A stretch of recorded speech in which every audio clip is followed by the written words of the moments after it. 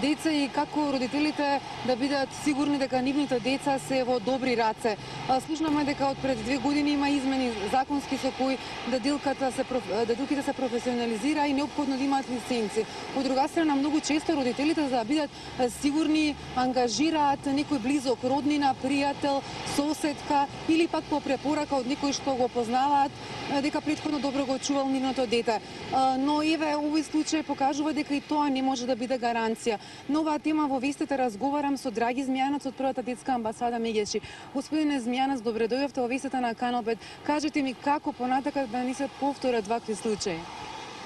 Ова е добар пример на храбри родители кои решија да проговорат за она што им се случувало, за тој очај што го трпеле дома нивното бебе и тие.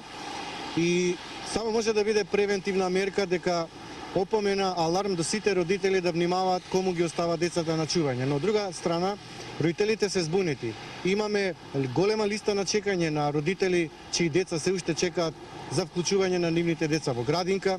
Приватните градинки се скапи. Не е доволно активирана формата на негователка со лиценца. Имено во Република Македонија има 2 агенции кои може да испорачат услуги над 200 негователки кои положиле испит и кои им е проверено нивното досие и криминално дали биле осудувани и гонети. Овој начин на згрижување на деца од пријатели и роднини е секогаш ризичен, затоа што и родителите сега целиот товар е на нивна одговорност.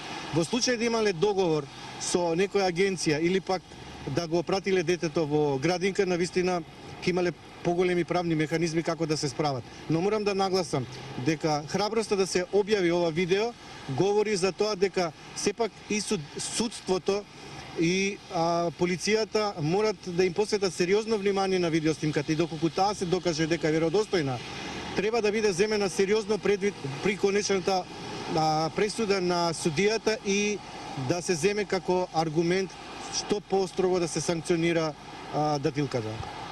Добро, што ќе им апелирате на сите родители? Верувам дека после овој случај многу од нив ќе бидат несигурни што понатаму каде да ги дадат своите деца. Нашиот апел ќе биде во рамките на системот. Прво, родителите треба да ни помогнете и нам, кои вие веќе долго време се залагаме да се прошират капацитетите на отварање на градинки во Република Македонија, затоа што 1490 денари за целодневен третман, згрижување, воспитување, чување, образование на децата првите 6 години се најважни, треба навистина се прошират капацитет. Доколку немаат можност, тогаш да побарат од агенциите лиценцирани негователки, кои навистина на професионален и квалитетен начин ќе одговорат.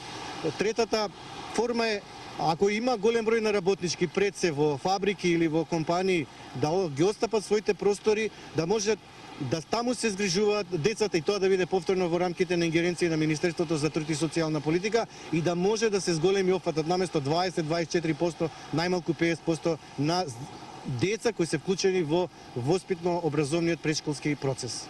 Благодарам многу што бевте дел од вестите на Канал 5. Маја, за сега тоа се последните информации за овој случај кои ние понатаму ќе го следиме.